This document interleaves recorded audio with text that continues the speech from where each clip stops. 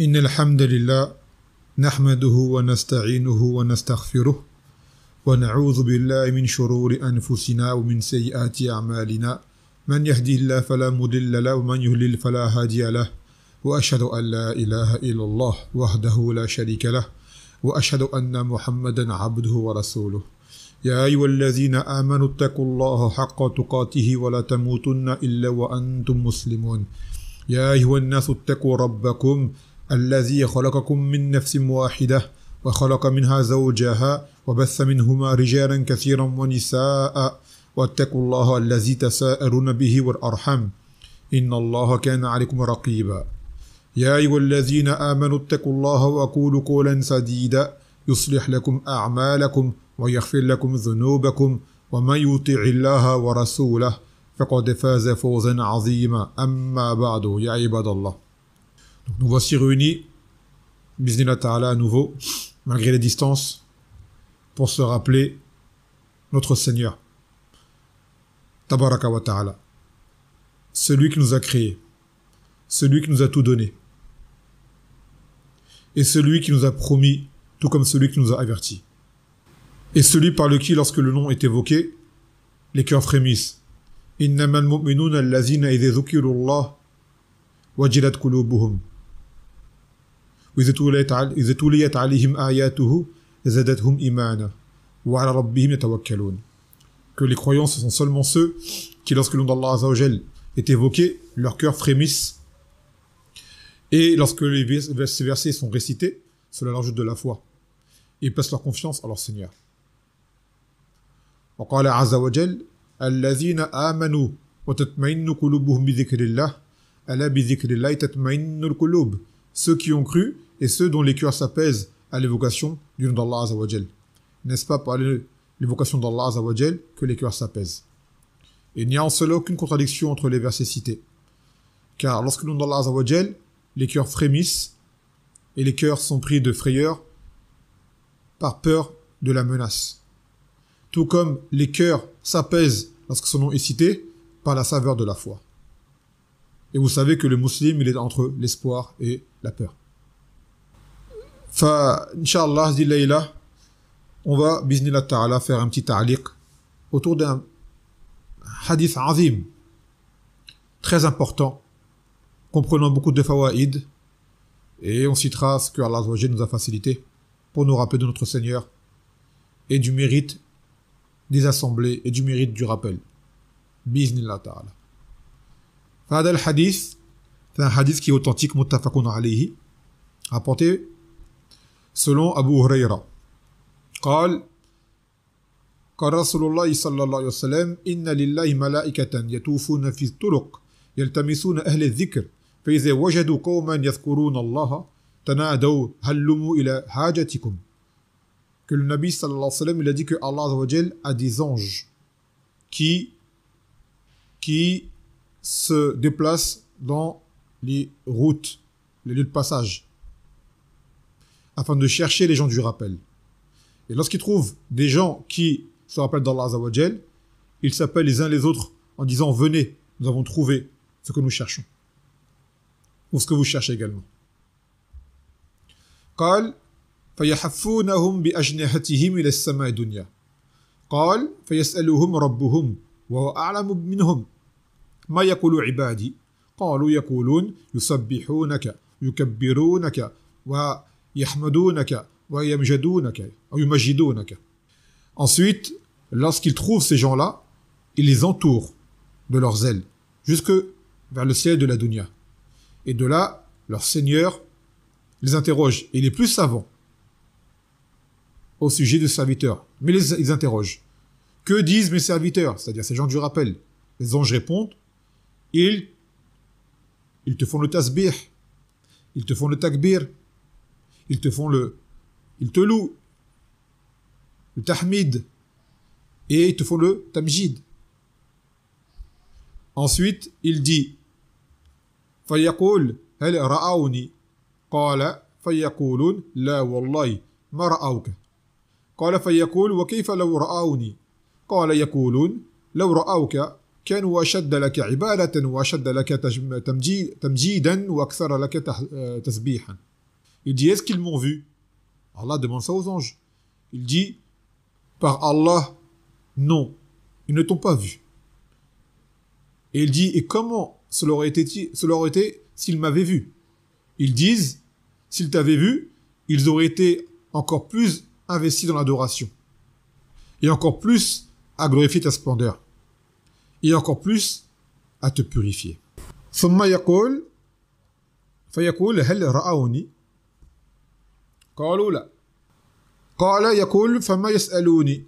قال يسألونك الجنة. قال يقول وله رأوها؟ قال يقولون لا والله وربي ما رأوها. قال يقول فكيف لو أنهم رأوها؟ قال يقولون لو أنهم رأوها كانوا أشد عليها حرصا وأشد لها طلبا وأعظم فيها رغبة.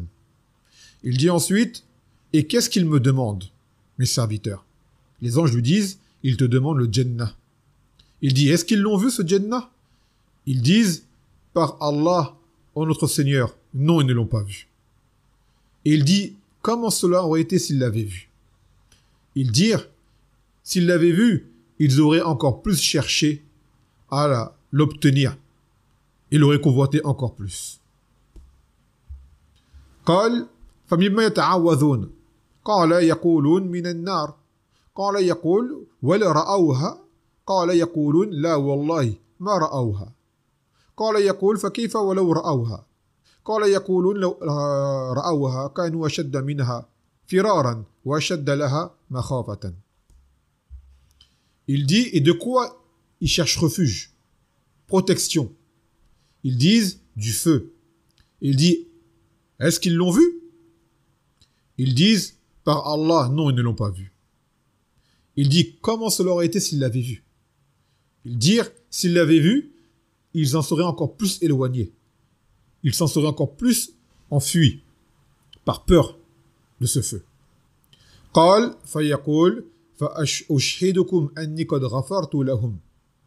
قال ويقول ملك من الملائكة فيهم فلان ليس منهم إنما جاء لحاجة. قال هم الجلساء لا يشقي بهم. Ensuite, il dit, je vous prends à témoin que je leur pardonne. À ces gens, je rappelle. Et ensuite, un ange, parmi les anges, dit, il y a parmi eux un tel. En fait, il n'est pas d'eux, il est juste venu pour un besoin. C'est-à-dire, il n'est pas des gens du rappel, il est passé par là, au même moment. Il dit, ils sont tous ensemble. Il ne sera pas privé. Ils sont tous ensemble, dans le même moment, dans la même situation. وهذه رواية وكذلك في رواية مسلم كذلك عن أبي هريرة قال النبي صلى الله عليه وسلم إن لله ملائكة سيارة فضلاء يتتبعون مجالس الذكر فإذا وجدوا مجلسا فيه ذكر قعدوا معهم وحفى بعضهم بعضا بأجنحتهم حتى يملأوا ما بينهم وما بين السماء الدنيا فإذا تفرقوا عرجوا وصعدوا إلى السماء فيسألهم الله.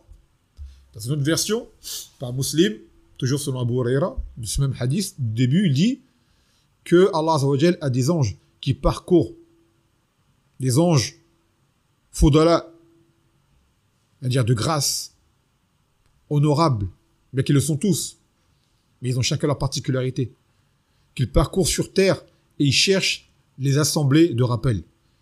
Et lorsqu'ils en trouvent une, alors ils s'assoient avec les gens de cette assemblée. Et ils s'entourent les uns les autres avec leurs ailes. Jusqu'à en remplir ce qui est entre eux et le ciel de la dunya. Et de là, Allah Azza wa Jal les interroge. Donc ce hadith, comme vous le voyez, est venu pour rappeler le grand mérite et le grand intérêt apporté à ces majalis, ces assemblées. Ce hadith a été cité par An-Nawawi dans Riyad al-Salihin. Bab fadlu hilaq al-dhikr wa nadab ila mulazimatiha wa nahi an mufaraqatiha li'ili uzr. Il a mis comme chapitre le mérite des cercles de rappel et la recommandation de les côtoyer, de les fréquenter, d'y être régulier et l'interdiction de s'en séparer si ce n'est avec une excuse. قال تعالى واصبر نفسك مع الذين يدعون ربهم بالعداة والعشي يريدون وجهه ولا تغدو عيناك عنهم تريد زينة الحياة الدنيا. En verset dans le sens où Allah dit et maintiens-toi, fais preuve de patience avec ceux qui invoquent leur Seigneur matin et soir, qui veulent sa face. Et ne détourne pas ton regard de eux, enfin d'eux, par convoitise de la parure de ce bas monde. C'est-à-dire que donner une importance à ces rappels et à ces assemblées, à ces majalis, au détriment de la dunya. De donner à chacun un temps pour alimenter le cœur de son essence qui est la foi. Et c'est une chose qui devrait être mise en priorité pour chacun, afin de pouvoir rendre son cœur vivant. De laisser toujours un quota, une part dans son temps indispensable pour les rappels, et dans la mesure du besoin, et dans la mesure du possible. في هذا الحديث قال النبي صلى الله عليه وسلم إن لله ملائكة, que Allah il a des anges. Vous savez que les anges, al-malaïka, croire en eux fait partie des piliers de la foi. Nous sommes obligés de croire en ces malaïka. كما قال النبي صلى الله عليه وسلم أن تؤمن بالله وملائكته وكتبه ورسله واليوم الآخر والقدر خيره وشره. Que tu crois en Allah. Lorsqu'il est interrogé, c'est quoi la foi? Il a dit que tu crois en Allah et en ses anges, hada wa shahid, et en ses livres, en ses messagers, au jour dernier et au destin qui soit bon ou mauvais. Nous devons y croire. Ces malaïkas sont des êtres, créatures, créés à partir de lumière. Ils sont invisibles de base, bien qu'Allah ait permis que parfois certains aient pu être vus comme Jibril sous une apparence humaine, ou alors même que le Nabi sallallahu alayhi wa sallam l'a vu sous sa réelle apparence et il avait 600 ailes. Ou ils peuvent apparaître aux hommes sous une apparence humaine. Ce sont des créatures masculines, car Allah ne parle de eux que selon la forme masculine. Des créatures sont des créatures masculines. Ce sont des créatures qui n'ont pas de shahawat, ils n'ont pas de désir, ils n'ont pas d'envie. Ils ne mangent pas, ils ne boivent pas, ils ne s'accouplent pas. Mais ils sont rokala, dotés de raison. Ils ont été créés pour la pure adoration d'Allah subhanahu wa ta'ala. وقالوا اتخذ الرحمن ولدا سبحانه بل عباد مكرمون لا يسبقونه بالقول وهم بأمره يعملون. Ils ont dit que le Rahman s'est procuré un enfant. Et là, il ne s'agit pas de Isa. Les mushrikoun disent cela à propos des malaïkas, que les malaïkas sont les enfants d'Allah, et voire même ils ont dit que c'était les filles d'Allah azza wa jal. Mais ils sont plutôt des serviteurs honorables qui ne devancent jamais sa parole et qui agissent en fonction de son ordre. La ya'suna Allah ma amarahum wa yaf'aluna ma yu'marun, qui ne désobéissent pas à Allah de ce qu'il leur a ordonné et ils font ce qui leur a été ordonné. Les anges sont là que pour la pure adoration et la pure obéissance. Et vous savez, ils ont différentes fonctions. Entre autres, le plus honorable d'entre eux, c'est Jibril, qui était Muwakkal bil Wahi, qui descend la révélation sur les prophètes. Et autres. Vous avez Mikaël, qui lui s'occupe de tout ce qui est végétation. Et autres. Et vous avez différents anges. Mikaël qui fait descendre la pluie. Et il y en a d'autres. Malak al-Maut, celui qui vient pour prendre des âmes. Vous avez Malik, celui qui est le gardien de l'enfer. Et plein d'autres. Et parmi eux, certains, leur tâche est de chercher des majalis de dhikr et d'en informer Allah azza wa jal. C'est pour ça il dit yatufuna fi turuq yaltamisuna ahli dhikr fa iza wajadu qawman yadhkuruna Allah tanadaw qala fayahfunahum bi ajnihatihim ila as-sama' dunya hallumu ila hajatikum, que ils parcourent les chemins, les routes pour chercher les gens du rappel. Et dans une version, les assemblées dans lesquelles il y a du rappel. Et lorsqu'ils trouvent des gens qui se rappellent d'Allah azza wa jal, ils appellent leurs semblables pour leur dire venez, c'est-à-dire ceux qui cherchent les assemblées de zikr, venez ici, nous avons trouvé. Et là ils viennent, ils entourent ces personnes-là de leurs ailes.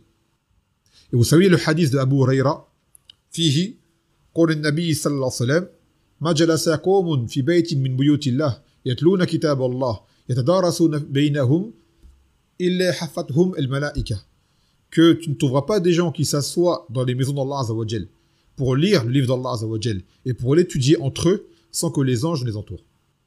Donc le zikr, bien que le hadith va parler du zikr muqayyid qui est lié au zikr de tasbih, du tahmid, du takbir, ce qui s'ensuit, mais le zikr wa aham min dhalik, c'est plus large. Et le Coran c'est du zikr, les durus c'est du zikr, parler d'Allah Azza wa Jal c'est du zikr, parler du ilm c'est du zikr, et ainsi de suite. Kullu dhalika dakhir fi ma yusamma bi zikr. Donc ces malaïkas qui viennent dans ces assemblées, qui sont elles-mêmes majalis al-khayr, sont des créatures que de khayr. Les anges n'ont que du bien et ne se rendent que dans les lieux de khayr, dans les lieux qui sont dénués d'impureté, dans les lieux qui sont dénués de péché. Et là, on parle des anges de façon générale, bien qu'on sait qu'il y a des anges qui sont, eux, à qui la tâche est de surveiller les fils de Adam, et les scribes qui, eux, sont partout. Eux, ils ont une tâche spéciale, mais de façon générale, ils ne se rendent que dans les lieux de khayr, tayyib, wa munazzaha anil najasat wa dhunub. Tout comme le son des cloches font fuir les malaïkas, comme a dit fi ba'd ahadith. Wal malaïka la tadkhulu baytan fihi kalb wa rasura, qui ne rentre pas dans un lieu dans lequel il y a un chien ou des images, comme a dit fi hadith. Et de là, c'est un tambih. Sachez que ceux qui assistent à des assemblées de rappel via des vidéos avec des machia, même les plus grands savants de la terre, et qui regardent ces assemblées-là ou dans la mosquée ou quoi, les anges, ces anges-là de la Rahman ne sont pas là. Car cela fait fuir. Car ce sont des images. Ces anges qui cherchent les majalis et zikr ne se rendent pas dans les lieux où il y a ces images. Ni chez toi, ni au masjid, ni où que tu sois. Et le dalil, c'est le hadith qu'on a cité. بعد ذلك يقول فيسألهم ربهم وهو أعلم منهم ما يقول عبادي.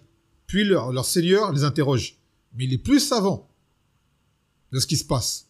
Mais il dit quand même, que disent mes serviteurs? Et Cheikh Al-Uthaymin, rahimahullah ta'ala, il dit à propos de cette partie du hadith, Inna Allah ta'ala yas'aluhum liyudhhira fadilat ha'ula'i al-qawm alladhina jalasu yadhkuruna Allah يسبحونه ويحمدونه ويهللونه يكبرونه ويدعونه إلا فوالله أعلم عز وجل لماذا جلسوا ولكن يظهر فضلهم ونبلهم. Que Allah Azza wa Jal interroge juste pour faire apparaître le mérite de ces gens-là qui se sont assis pour se rappeler d'Allah Azza wa Jal et qui font le tasbih, qui font le tahmid, qui font le tahlil, le fait de dire la ilaha illallah, qui font le takbir et qui l'invoquent. Sans quoi Allah Azza wa Jal est plus savant de la raison pour laquelle ils se sont réunis. Mais il veut faire apparaître le mérite et la noblesse de ces gens-là. Allah Azza wa Jal wa alim, il sait tout min asma'ihi al-alim, qu'on appelle, on traduit par l'omniscient. Alam tara anna Allah ya'lamu ma fi as-samawati wa ma fi al-ard, ma yakunu min najwa thalathatin illa huwa rabi'uhum wa la khamsatin illa huwa sadisuhum wa la adna min dhalik.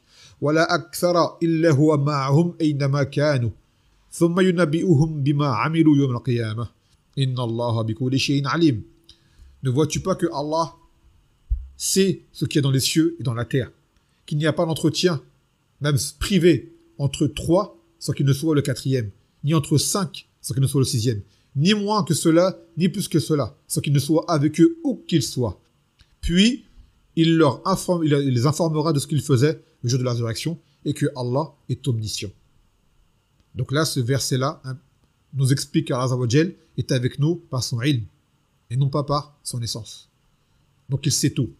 وعنده مفاتيح الغيب لا يعلمها إلا هو ويعلم ما في البر والبحر وما تسقط من ورقة إلا يعلمها ولا حبة في ظلمات الأرض ولا رطب ولا يابس إلا في كتاب مبين. Et c'est lui qui détient les clés de l'inconnaissable. Nul autre que lui ne les connaît. Et il connaît ce qui est dans la terre, ferme, comme dans la mer. Et pas une feuille ne tombe sans qu'il ne le sache. Et pas une graine dans les ténèbres de la terre, rien de frais ou de sec qui ne soit consigné dans un livre explicite. Allah Azza wa Jal, vous savez qu'il sait les choses avant qu'elles ne se déroulent. Et il sait même ce qui ne s'est pas déroulé, ce qui ne s'est pas déroulé, qu'est-ce qu'il en aurait été. Donc sa question n'a pas un sens d'ignorance, jamais de la vie. Allah Azza wa Jal munazzahan as-sifa az-zamima. Allah est purifié de cela. Allah wa al-alim wa allam al-ghuyub. Ils interrogent pour leur faire apparaître à eux, ces anges, qu'ils sachent qui sont ces gens qui l'évoquent. ويقول يقولون يسبحونك ويكبرونك ويحمدونك ويمجدونك. Les anges ils disent, lorsqu'ils sont interrogés au sujet de ces gens-là, qu'est-ce qu'ils font? Ils disent, ils font le tasbih, ils te font le tasbih, ils te font le takbir, ils te font le tahmid, ils te font le tamjid. Là, que veut dire subhanallah? Tasbih, c'est le fait de dire subhanallah. Ma ma'na tanzihu Allah azza wa jal amma la yaliku bihi min al-uyub wa mumasalati al-makhluqat. C'est le fait de purifier Allah de tout ce qui ne leur convient pas comme défaut, comme manquement et comme ressemblance avec sa créature. Donc on le purifie en faisant cela. C'est ça quand on dit subhanallah. C'est on te purifie et que on ne fait que reconnaître et admettre et on proclame que Allah Azza wa Jal est exempt de tout défaut, de tout manquement et qui ne ressemble pas à sa créature. Laysa kamithlihi shay wa huwa as-sami'ul basir. Cependant, Allah Azza wa Jal a les plus beaux noms et les plus beaux attributs. Donc Allah Azza wa Jal est dépourvu de tout défaut dans ses noms, dans ses attributs, dans ses actes, dans ses règles. La tajidu fi asma'ihi isman yashtamilu ala naqsin aw ala aib. Que tu ne trouveras pas un de ces noms, parmi ces noms, qui renferme un sens de défaut ou un sens de manquement. Ce n'est pas possible. وَلِهَذَا قَالَ اللَّهُ عَزَّ وَجَلَّ وَلِلَّهِ الْأَسْمَاءُ الْحُسْنَى. C'est pour cela qu'Allah dit et que à Allah sont les plus beaux noms. Et tu ne trouveras pas une sifat parmi ces sifat qui elle-même renferme un défaut ou un manquement. لِهَذَا قَالَ اللَّهُ عَزَّ وَجَلَّ وَلِلَّهِ الْمَثَلُ الْأَعْلَى. C'est pour cela qu'Allah dit qu'il n'a pas d'attribut parmi les attributs ayant un défaut ou un manquement, dans le sens où Allah dit, et que Allah a l'exemple le plus haut. Ça veut dire les qualificatifs attributs les plus hauts. Et al-hamd, ce qu'on appelle la louange, c'est wasf al-mahmoud bil-kamal mahabbatan wa ta'ziman wa ijlalan. فإذا وصفت ربك بالكمال فهذا هو الحمد. لكن لابد أن يكون مصحوبا بالمحبة والتعظيم والإجلال. Il dit Cheikh Uthaymin, le hamd qu'on appelle la louange, c'est le fait de décrire celui que tu as loué par la perfection. Et ça, c'est que pour Allah Azza wa Jal. Al-Kamal min sifatillah. Et cela par amour et par magnifience, ou je ne sais pas qu'on dit comme ça. Pour le magnifier. Et pour sa splendeur. Car lorsque tu décris ton Seigneur par la perfection, c'est cela la louange que tu lui apportes. Cependant, cette louange, quand tu l'as faite, car on peut louer également des gens. On peut louer des créatures. Mais ce n'est pas pareil. Car tu peux louer une personne, par exemple, qui ne mérite pas.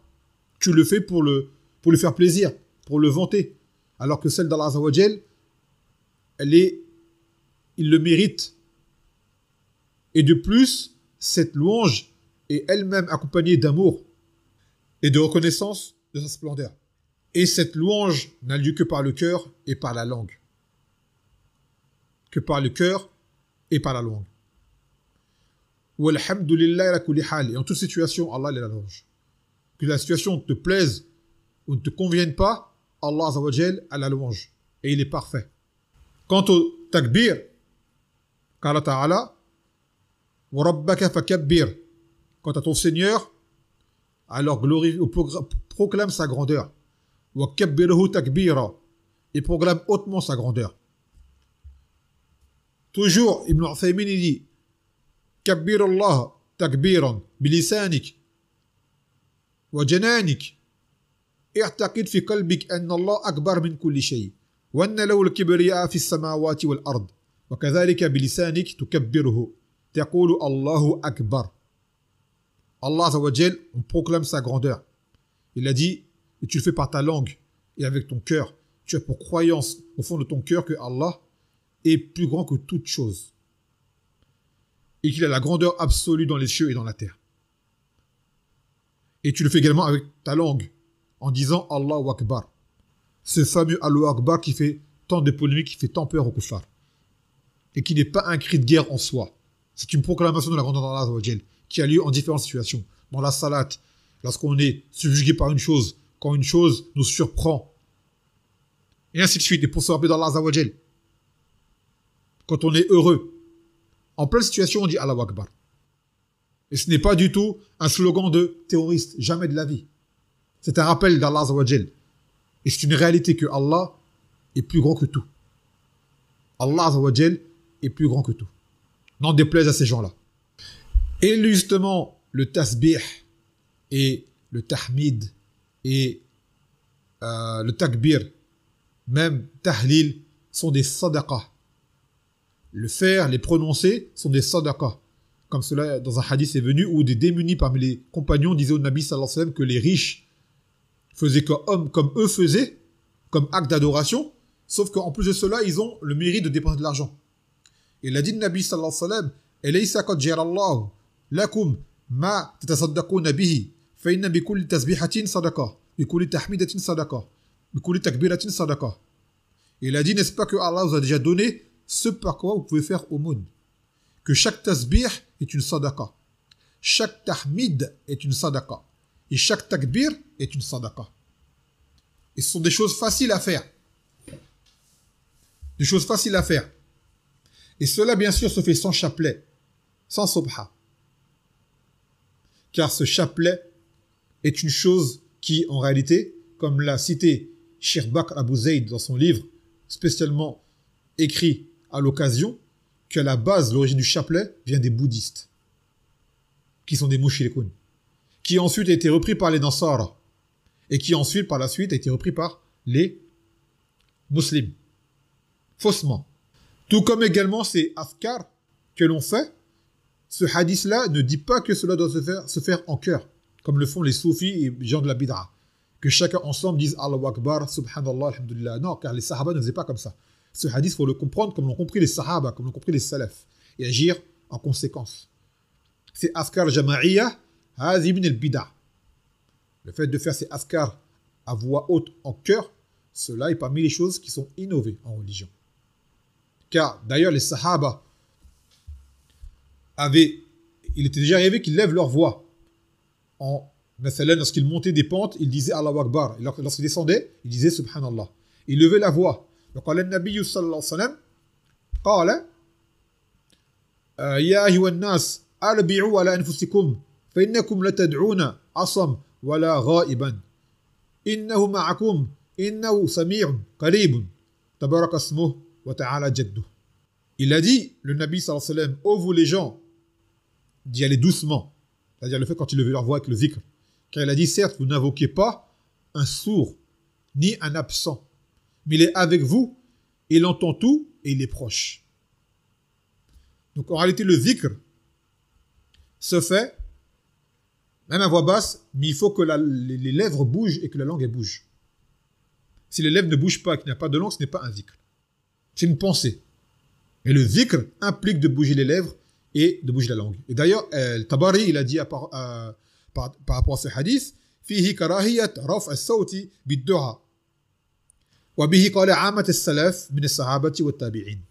Il a dit que ce hadith montre la détestation à l'époque des salafs, al-karaha ou karahiya, c'était tahrim. Une chose qui était makruh pour eux, c'est une chose qui était haram. Le fait de lever la voix lors des invocations ou du rappel. Et c'est le madhab de l'ensemble des salafs, parmi les sahaba et les tabi'in. Donc cela se fait en bougeant les lèvres. Puis il dit dans le hadith, فَيَقُولْ هَلْ رَأَوْنِي قال فيقولون لا والله ما رأوك قال فيقول وكيف رأوني. De là, Allah Azza wa Jal interroge ses anges en disant, est-ce qu'ils m'ont vu? Et ils disent, non par Allah, ils ne t'ont pas vu. Et il dit, comment cela aurait été s'ils m'avaient vu? Car, Ru'yatullah Azza wa Jal huwa a'zam ma yu'ta al-'abdu min karamat wa min ata. La vision d'Allah Azza wa Jal, c'est ce qui est de plus beau à voir. Et c'est la meilleure récompense qui puisse être attribuée aux croyants. Plus que même rentrer au Jannah. Qala ta'ala, lillazina ahsanu al-husna wa ziyada. ceux qui ont bien œuvré auront la meilleure des récompenses et plus encore. Et les Mufassirun ont expliqué que le plus encore ziyada, c'est la ru'ya, le fait de voir Allah Azza wa Jal. وقال النبي صلى الله عليه وسلم إذا دخل أهل الجنة الجنة يقول الله تبارك وتعالى تريدون شيئا أزيدكم فيقولون ألم تبيض وجوهنا ألم تدخلنا الجنة تنجينا من النار فيكشف الحجاب فما أعطوا شيئا أحب إليهم من النظر إلى ربهم. Que le Nabi sallallahu alayhi wa sallam l'a dit lorsque les gens du Jannah entreront au Jannah. Allah dira, voulez-vous que je vous rajoute autre chose? Voulez-vous que je vous ajoute autre chose? N'as-tu pas blanchi nos visages? Ne nous as-tu pas fait rentrer au paradis? Ne nous as-tu pas éloigné du feu? Et de là, Azza wa Jal va dévoiler le voile. Et ils n'auront rien reçu de plus aimé auprès d'eux que de regarder leur Seigneur. Et c'est ce que Moussa alayhi salam a demandé à son Seigneur. Rabbi alini anzur ilayk. Oh mon Seigneur, montre-toi afin que je te voie. Et Allah Azza wa Jal ne l'a pas blâmé pour cette demande. Ce qui prouve, en plus de ce hadith, qu'en réalité, Allah Azza wa Jal est visible, même en ce bas monde, mais il ne le veut pas. Il est visible. S'il le voulait, il se montrerait. Mais il ne le veut pas. Et n'a pas permis que cela se fasse. Sans compter les nombreux adillah authentiques indiquant que les croyants verront Allah aussi clairement qu'ils ne voient la pleine lune. Non pas que Allah sera comme la pleine lune jamais de la vie, car Allah n'est pas comme sa créature. Ne pas comprendre le hadith de façon erronée. Mais tout simplement que la vision d'Allah sera aussi claire que lorsque nous on regarde la pleine lune, cela sera aussi flagrant. Tout simplement. N'oubliez pas, Laysa kamithlihi shay, il n'y a rien qui est comme lui. Et que Allah Azza wa Jal apparaîtra sous sa véritable apparence devant ses croyants. Car dans son livre et à travers ses prophètes, Allah Azza wa Jal a donné ses attributs, dont le comment nous est ignoré, mais le sens nous est connu. Donc lorsqu'Allah Azza wa Jal se présentera auprès des croyants, ils diront Anta Rabbuna, tu es notre Seigneur. Car ils le reconnaîtront par ses attributs. Car le sens est connu. ثم يقولون لو رأوك كانوا أشد لك عبادة وأشد لك تمجيدا وأكثر لك تسبيحا. Si jamais ils t'avaient vu, ils seraient encore plus investis dans l'adoration et feraient plus encore de tamjid et encore plus de tasbih. Et cela confirme, ou plutôt se confirme par le hadith de Omar, lorsque Jibril, une fois de plus, on a cité tout à l'heure au début de l'intervention, lorsque Jibril, alayhi salam, interrogeait le Nabi sallallahu alayhi wa sallam, an al-ihsan, قال أن تعبد الله كأنك تراه فإن لم تكن تراه فإنه يراك. Que tu adores Allah comme si jamais tu le voyais. Si jamais tu ne le vois pas, sache que lui te voit. Tu ne peux t'imaginer, et il n'est pas permis de s'imaginer, ou de réfléchir sur l'essence d'Allah Azza wa Jal. Cela n'est pas permis, et ce n'est pas possible. Mais ce hadith vient pour te dire, si tu savais que Allah te regardait comme si c'était devant toi, comment tu réagirais? Car un jour tu seras devant lui pour te faire juger et questionner. Mais si même cela se faisait dans une autre situation pendant ton adoration, tu ferais une adoration d'une façon telle que tu ne pourrais jamais la refaire ou comme tu ne l'auras jamais fait auparavant. Regarde à l'échelle humaine, quand une personne qui a autorité sur toi te donne un ordre d'agir dans des conséquences. Une personne que tu crains ou dont tu attends quelque chose de particulier et qui te dit fais telle chose. Quand tu l'as fait sous ses yeux, tu l'as fait de la meilleure façon qui soit. Car tu espères de lui d'obtenir ce qu'il t'a promis. Ou tu crains de lui de subir ce dont il t'a averti. Ça peut être ton père, ça peut être ton patron, ça peut être ton grand frère, ça peut être... Peu importe. Quelqu'un qui a une autorité sur toi. Ça, c'est à l'échelle humaine. Qu'en est-il d'Allah Azza wa Jal qui t'a promis son Jannah ou qui t'a mis en garde contre son nar? Comment tu agirais? C'est ça l'ihsan, l'excellence. Agir comme si Allah, en ressentant que Allah nous regarde. En fait. Car Allah nous regarde, il nous voit, il nous observe. Mais qui ressent cela lorsqu'il agit? Qui se sent observé lorsqu'il agit? Car aujourd'hui, malheureusement, nos adorations sont devenues une habitude. C'est devenu comme un réflexe. On fait comme ça sans ressenti. Qu'elle nous en pardonne. Mais en réalité, si on sentait qu'Allah nous regarde, nous observe, on ferait une salat ou un siyam, ou on lirait le Coran, ou quoi qu'on fasse comme ibadah, on la ferait de la façon la plus parfaite qui soit. Sans bâcler, sans se précipiter. Et c'est ça qui est attendu de nous, de base. Mais l'homme a été créé faible. Ensuite, يقول فما سألوني قالوا يسألونك الجنة كما يقول فمما يتعوذون قال يقولون من النار. Il dit, qu'est-ce qu'il me demande? Les anges disent, ils te demandent le Jannah. Tout comme il dit par la suite, et de quoi ils cherchent refuge, c'est-à-dire auprès de moi. Ils disent, les anges, du feu. C'est-à-dire, ça rentre dans Do'a al-Mas'ala. Vous savez que la Do'a est de deux sortes. Il y a Do'a Ibadah et Do'a Mas'ala. C'est-à-dire, quoi que tu fasses, c'est une demande. Que tu fasses un acte décrété et légiféré, en réalité, ça renferme derrière une demande. Et quand tu lèves tes mains, tu demandes à Allah Azza wa Jal, c'est une demande explicite. Car quand tu fais salat, qu'est-ce que tu demandes à Allah Azza wa Jal? Qu'il te pardonne, qu'il te guide, qu'il accepte de toi, qu'il te mette au Jannah. Quand tu jeûnes, qu'est-ce que tu espères? Tout cela. Quand tu fais une sadaqa, qu'est-ce que tu espères? Tout cela. Quand tu fais un hajj, quand tu fais une umrah, quand tu fais tous les actes que tu peux amener à faire comme ibadah, c'est une demande. C'est une demande. هذا يدخل في الدعاء المسألة. Ou plutôt, Do'a al-Ibadah, afwan. C'est Do'a al-Ibadah. C'est une invocation à travers un acte. Et tu as toujours le Do'a Mas'ala qui est la demande directe, explicite. Donc, dans ces assises-là, les gens, c'est ça qu'ils attendent. Qu'ils le demandent directement ou pas, ils attendent de cette assise et de ce dhikr qu'ils font que Allah Azza wa Jal leur accorde le Jannah et qu'il les préserve du feu. وقال النبي صلى الله عليه وسلم لرجل كيف تقول في الصلاة قال أتشهد وأقول اللهم إني أسألك الجنة وأعوذ بك من النار أما إني لا أحسن دندنتك ولا دندنة معاذ فقال النبي صلى الله عليه وسلم حاول ها ندندن. Que le Nabi صلى الله عليه وسلم a vu un homme et lui a dit, que dis-tu dans ta salat? Il dit, je fais le tashahhud et je demande à Allah Azza wa Jal qui m'accorde le Jannah et qui me protège du feu. Mais il dit, je ne le fais pas comme vous le faites vous, c'est-à-dire toi et Mu'adh. Ce que vous murmurez, je n'arrive pas à le dire comme vous. Et là, le Nabi sallallahu alayhi wa sallam a dit, c'est ça que nous murmurons, à peu près. Moi et Mu'adh, on dit ce que tu dis toi-même, on demande ce que tu demandes toi-même. C'est-à-dire qu'Allah Azza wa Jal accorde son Jannah et qui protège de son feu.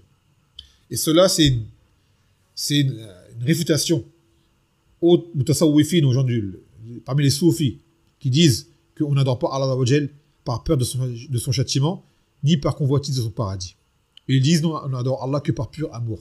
Hada kadhib mahd, wa hada dhalal. C'est un pur égarement. Et ces gens-là, c'est comme s'ils se prétendaient exemple des ordres d'Allah Azza wa Jal et de ne pas suivre la voie des prophètes. Qala ta'ala, أولئك الذين يدعون يبتغون إلى ربهم الوسيلة أيهم أقرب ويرجون رحمته ويخافون عذابه إن عذاب ربك كان محذورا. Ceux-là qu'ils invoquent, et là il parle de gens qui invoquaient des djinns qui par la suite sont convertis. Dans une version, c'est ils invoquaient Maryam et son fils Isa. Donc il dit, ceux qu'ils invoquent, c'est-à-dire ces mushrikoun, invoquent ces personnes-là qui eux-mêmes cherchent à mieux le moyen de se rapprocher le plus de leur Seigneur. Ils espèrent sa miséricorde et craignent son châtiment. Le châtiment de ton Seigneur est vraiment redouté. ويقول الله عز وجل إنهم كانوا يسارعون في الخيرات ويدعوننا رغبا ورهبا وكانوا لنا خاشعين. En parlant de Zacharie et de sa femme, ils concouraient au bien et nous invoquaient par convoitise et par crainte. Ils étaient humbles devant nous. واتقوا النار التي أعدت للكافرين. Dans le Coran, elle a dit, et craignez le feu qui était préparé pour les mécréants. وسارعوا لمغفرة من ربكم وجنة عرضها السماوات والأرض أعدت للمتقين. Et accourez vers un pardon de votre Seigneur et un paradis dont la largeur est comme ceux des cieux de la terre qui étaient préparés pour les craintifs, pour les pieux. Allah Azza wa Jal nous appelle, nous ordonne de nous précipiter vers son paradis et nous ordonne de craindre son feu. Et des gens viennent te dire, nous on adore Allah non pas par crainte de son feu, ni par désir de son paradis, mais juste par amour pour lui. Hadith Zendaka. Cette parole-là, elle est complètement fausse. Et ce n'était pas la da'wa des Anbiya, jamais de la vie. ثم قال وهل رأوها قال يقولون لا والله وربي ما رأوها قال يقول فكيف لو أنهم رأوها قال يقولون لو أنهم رأوها كانوا أشد عليها حرصا وأشد لها طلبا وأعظم فيها رغبة. Il dit maintenant à propos du Jannah, est-ce qu'ils l'ont vu? Ils diront non par Allah, ô notre Seigneur, ils ne l'ont pas vu. Et il dira comment s'ils l'avaient vu, comment cela aurait été. Ils diront si jamais ils l'avaient vu, ils auraient encore plus cherché à l'obtenir et auraient encore plus eu envie d'y entrer. Dans un hadith rapporté par Abu Huraira, ou plutôt selon Abu Huraira, qui est muttafaqun alayhi, il a dit dans un hadith qudsi, Allah Azza wa Jal قال أعددت لعبادي الصالحين ما رأينا رأت ولا أذن سمعت ولا خطر على قلب بشر فاقرؤوا إن شئتم فلا تعلم نفس ما أخفي لهم من قرة أعين. Afwan, c'est pas un hadith qudsi. Si, c'est un hadith qudsi. Donc dans le sens où Allah dit que j'ai préparé pour mes serviteurs pieux ce que nul œil n'a vu et ni oreille n'a entendu. Et que nul n'a imaginé, nul cœur n'a imaginé, nul cœur humain, que personne n'a imaginé. Et si vous voulez, réciter dans le sens où Allah dit, et que personne ne sait ce qu'il était caché comme réjouissance, comme jouissance dans le Jannah. En fait, c'est cette partie-là qui n'est pas qudsi dans le hadith, que le Nabi sallallahu alayhi wa sallam a dit aux Sahaba. Donc le Jannah renferme ce que nul œil n'a vu, et que nulle oreille n'a entendu, et que ce que aucun être humain n'a pu imaginer. Bien que le Nabi sallallahu alayhi wa sallam est rentré dans le Jannah, et a vu le Jannah. Et également, Adam alayhi salam, sur le qol as-sahih, il était au Jannah au début, avant d'avoir été descendu sur terre.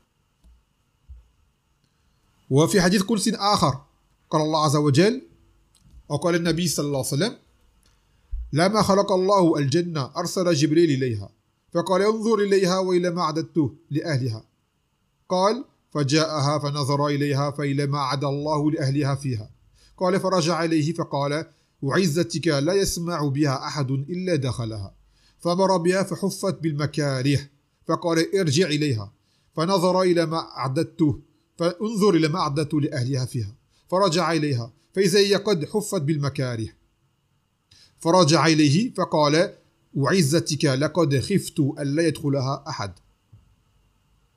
Selon Abu Huraira, que le Nabi sallallahu alayhi wa sallam a dit que Allah Azza wa Jal, lorsqu'il a créé le Jannah, il a envoyé Jibril vers le Jannah en disant va voir le Jannah et regarde ce que j'ai préparé pour ses habitants. Et Jibril s'y est rendu. Il a regardé le Jannah. Est-ce que Allah y a préparé? Et il a dit, en revenant, je jure par ta puissance que personne n'en entendra parler sans qu'il n'y rentre. Ensuite, le Jannah était recouvert par des choses détestables. C'est-à-dire toutes les choses qui sont lourdes pour l'âme à accomplir pour y rentrer. Il a dit à Jibril, retourne vers le Jannah et regarde ce que j'y ai préparé pour ces gens. Il est retourné vers le Jannah et il a vu que le Jannah est entouré de choses déplaisantes, repoussantes. Et il a dit en revenant, je jure par ta puissance que je crains que personne n'y rentre. Tant il paraît très difficile d'y accéder avec ce qui a été entouré comme chose déplaisante pour l'âme. Jibril également a vu le Jannah, comme vous le voyez. Mais le hadith auparavant parlait des êtres humains. Ibn Abbas, radiyallahu anhu, il a dit « Laysa fil jannah shay'un mimma fil dunya ila al-asma » Il a dit qu'il y a au paradis, il n'y a rien de la dunya si ce n'est les noms. C'est-à-dire les noms donnés dans les choses qui sont Jannah, ce sont des noms des choses de la dunya, cela par rapport au sens. Mais le comment également, bien que ce sont des créatures, nous est ignoré. Nous est ignoré, mais Allah Azza wa Jalla nous parle parce qu'on comprend. Moi, dans un hadith,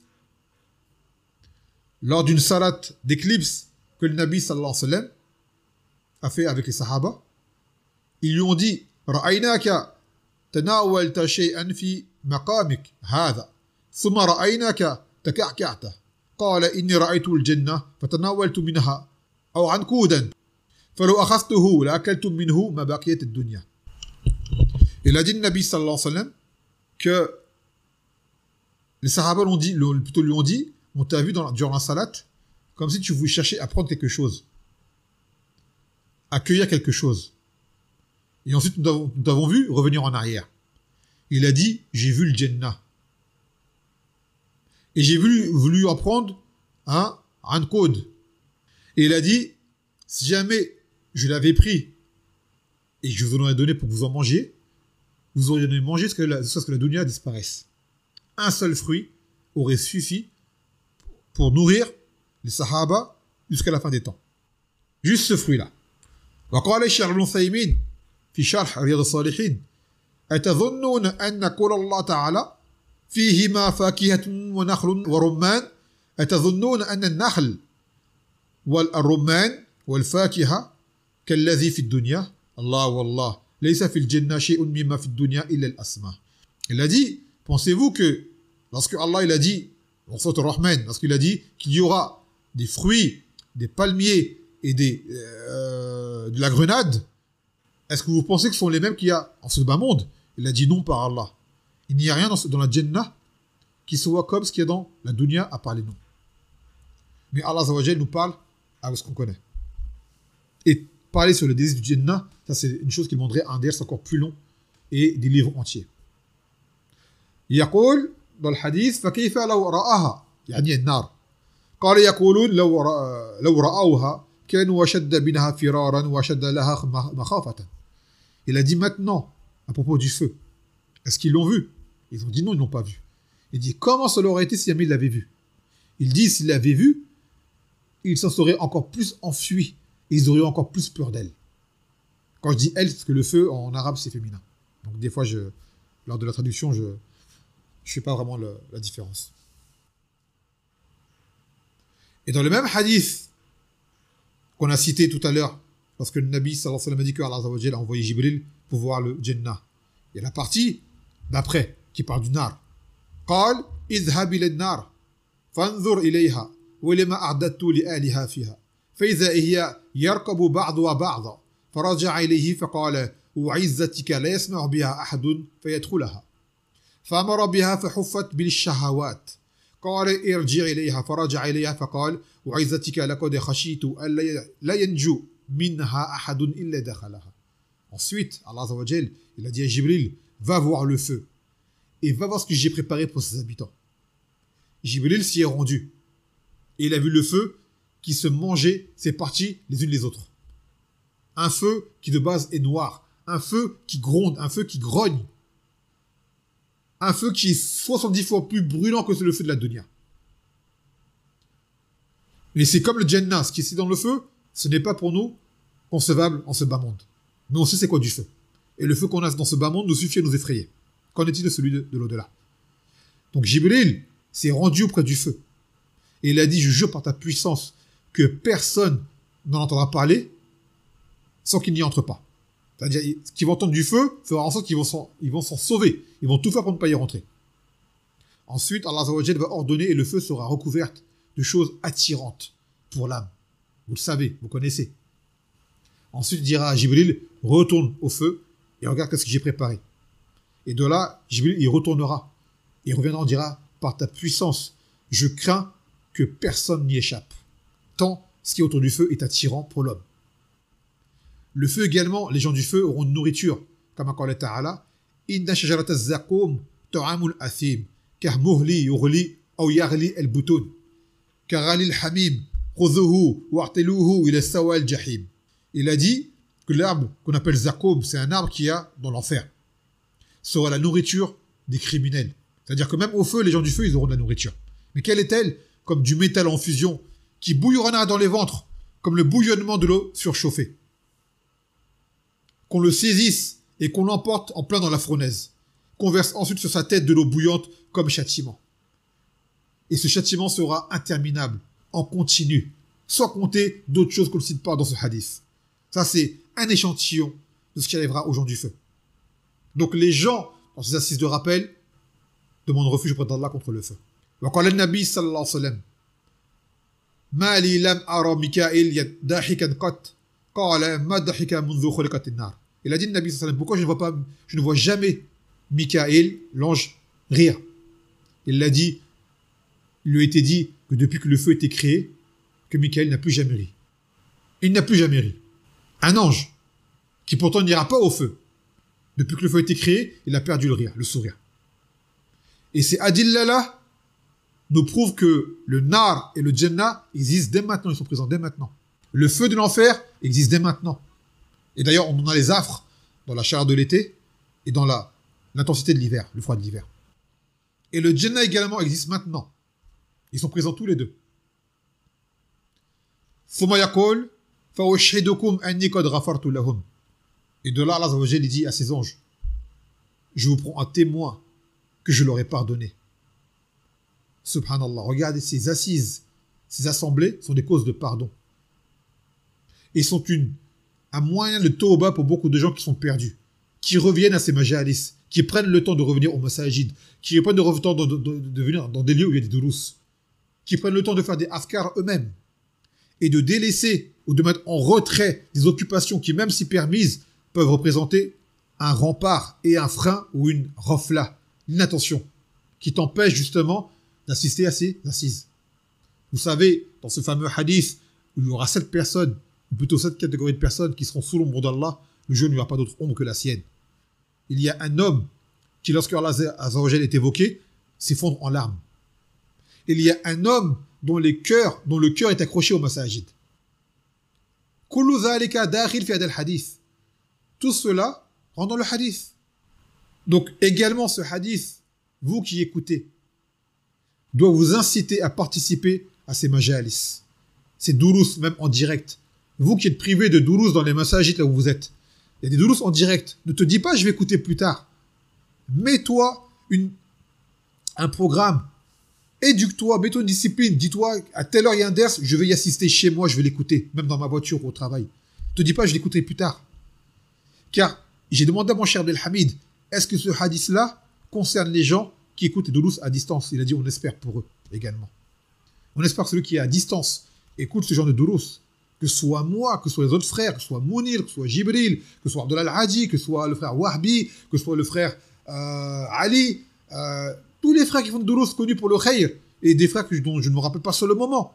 Et tous frères salafis, sunnis, fiables, qui appris correctement, qui vous enseignent, même par le net, assistez, ne dites pas je vais écouter après. Pourquoi écouter après? Vous voyez pas que c'est une reflète, se priver d'un bien, le grand âge qu'il y a derrière? Et en plus, en étant présent, tu auras plus de concentration qu'écouter un ders par la suite. Et rien ne t'empêche de l'écouter sur le moment en direct et de le réécouter par la suite. Si tu n'as pas compris ou un passage t'a échappé. Mais n'attendez pas, des gens disent, moi j'attends de partir Fatal Abelhaim pour pouvoir m'imposer un rythme. On dit non, n'attends pas. Et qui te dit que tu vas partir un jour? Dès maintenant, ce qui est à portée, prends-le. Tu as un ders qui est annoncé, prends-le. Il est en direct, va l'écouter. N'attends pas. Car il se peut que tu sois prié par la suite, justement, Allah Azza wa Jalla voit que tu fais l'effort dès maintenant, donc par la suite, tu seras déjà habitué à suivre un rythme. Et demande-toi bien, quand tu n'écoutes pas un ders en direct, qu'est-ce qui t'en empêche? Regarde bien au fond de toi, fatish fi nafsik, c'est quoi la cause qui t'empêche d'assister au ders? Et tu verras c'est quoi ta priorité. Ensuite, dans le hadith, il dit يقول ملك من الملائكة فيهم فلان ليس منهم إنما جاء لحاجة قال هم الجلساء لا يشقي بهم جليسهم. Et qu'un ange dira, et parmi eux, il y en a un qui est venu, là c'était dans l'assemblée, mais qui n'est pas d'eux en fait, il n'est pas venu pour le rappel. Il est venu comme ça parce qu'il avait un besoin, peut-être qu'il voulait trouver quelqu'un, ou je sais pas, il n'est pas venu pour le rappel en soi. Et pourtant, Allah Azza wa Jalla dit qu'il sera également concerné par cette récompense-là. On voit la baraka des bonnes fréquentations, regardez. Même quelqu'un qui fréquente les gens qui font ce genre de choses, et qui viennent, qui assistent, sont touchés par cette baraka. Regardez bien dans le Coran, Allah Azza wa Jalla a dit quoi à propos des gens de la caverne? Wa kalbuhum basitun zira'ihi bil wasid. Que ces gens dans la caverne, qui avaient fui leur peuple, qui sont abrités dans une caverne, ils avaient un chien avec eux. Le chien est resté à l'entrée de la caverne, assis à la manière d'un chien. Et les ulama disent, ce chien, qui n'est qu'un chien, Dans le Coran, Allah l'a cité, il a eu la baraka de ce groupe car il était avec eux. Un chien. Alors que dire d'un être humain? Que dire d'un être humain? Et Nukmil, une faïda de Cheikh Uthaymin par rapport à ce hadith également, il dit ومن الاجتماع كما ذكرت من قبل أن يجتمع المسلمون على صلاة الفجر وصلاة العصر لأنها ذكر تسبيح وتكبير تهليل وقراءة قرآن ودعاء وقد ثبت عن النبي صلى الله عليه وسلم أن الملائكة الموكلين ببني آدم يجتمعون في صلاة الفجر وصلاة العصر وفقنا الله وإياكم إلى ما يحبه ويرضاه. Il a dit les rassemblements. Et là, il parle de ce rassemblement-là, de ce hadith-là. Dans son explication, il avait dit au début que lorsque les musulmans se réunissent même pour la salade du Fajr et la salade du Asr, ce sont justement des assemblées de rappel, de zikr, de tasbih, de takbir, de tahlil. Donc la salade, elle rentre dedans également, salat en jama'a. Et tu lis du Coran, et tu fais les doigts. Et il a dit, Nabi sallallahu alayhi wa sallam, dans un hadith, que les malaïkas, les anges qui sont confiés de rapporter les actes des fils de Adam, ils se réunissent et se donnent le relais. À quel moment? Entre le Fajr, salat du Fajr et le Asr. C'est là que ça tourne, c'est là que ça change. Et il dit que ce hadith-là concerne également les salawats en jama'a et principalement celle du Fajr et celle du Asr. Donc c'est encore également un rappel, non pas pour ceux qui ne font pas la salat du tout, pour ceux qui ne la font pas au masjid alors qu'ils peuvent la faire. Également, selon Cheikh Uthaymin, ce ajr également concerne les gens qui font la salat. Et là, personnellement, ce sont les hommes, car la salat en masjid est obligatoire pour les hommes. Et les femmes ont également leur part de ajr. Il leur est permis d'y aller si elles veulent, s'y rendre. Cependant, les majalis de dhikr, s'il y a des doulos ou des assemblées comme celle-ci ou d'autres, elles ont le ajr au même titre que les hommes. Au même titre que les hommes. Donc là, on va s'arrêter là pour ce soir. Et je m'excuse pour les coupures qui aient lieu. C'est indépendant de ma volonté. Et juste, je rappelle que demain soir, je compte faire une autre kalima également, en guise de rappel pour nos frères et nos sœurs qui sont en Mayotte. Biznillah ta'ala. Car on les a trop oubliés avec ce qu'ils ont subi. Et ils ont besoin également d'entendre des paroles, des bonnes paroles et du rappel d'Allah Azza wa Jal face à leur situation. Et surtout, ne les oubliez pas dans vos doigts. Et ceux qui ont les moins les aider financièrement, qui ont des contacts avec eux, également. Ne les aidez pas, c'est que du hajj pour vous et une entraide pour nos frères et nos sœurs. Naktafi bihadha al-qadr, fa subhanaka wa bihamdik, la ilaha illa anta astaghfiruka wa atubu ilayk. Wassalamu alaikum wa rahmatullahi wa barakatuh.